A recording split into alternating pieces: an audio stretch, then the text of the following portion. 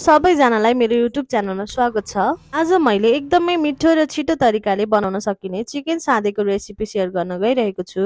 लागि सुरुमा मैले चिकनलाई म्यारिनेट गर्न गइरहेको छु। यसमा मैले नुन, बेसार, जिराको धुलो, कागतीको रसलाई हालेर मजाले मोलेर यसलाई आधी घण्टाको लागि छोडिदिए।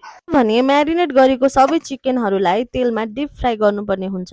तपाईँहरूले चिकन म्यारिनेट गर्दा आफ्नो टेस्ट अनुसार यसमा खुर्सानीको धुलो पनि एड गर्न सक्नुहुन्छ। अब भने ग्यास हिट गरेर त्यसमा एउटा कराई बसालेर त्यसमा तेल एड गरेको छु। पछि म्यारिनेट गरिराखेको सबै चिकनलाई बिस्तारै बिस्तारै डिप फ्राई गरेर राखेको छु। तपाईँहरूले चिकन फ्राई गर्दा चाहिँ ग्यासलाई चाहिँ हाई फ्लेममा राख्नुपर्ने हुन्छ। त्यसले गर्दा चिकन मजाले रोस्ट हुन पाउँछ। सबै चिकन डिप फ्राई भइसकेको छ भने मैले लिएको छु प्याज, टमाटर, सुकेको खुर्सानी, अदुवा, लसुन र थोरै टिमुरको दानाहरू। मैले गोलभेडा, सुकेको खुर्सानी र टिमुरको पेस्टलाई तयार पारेकी छु।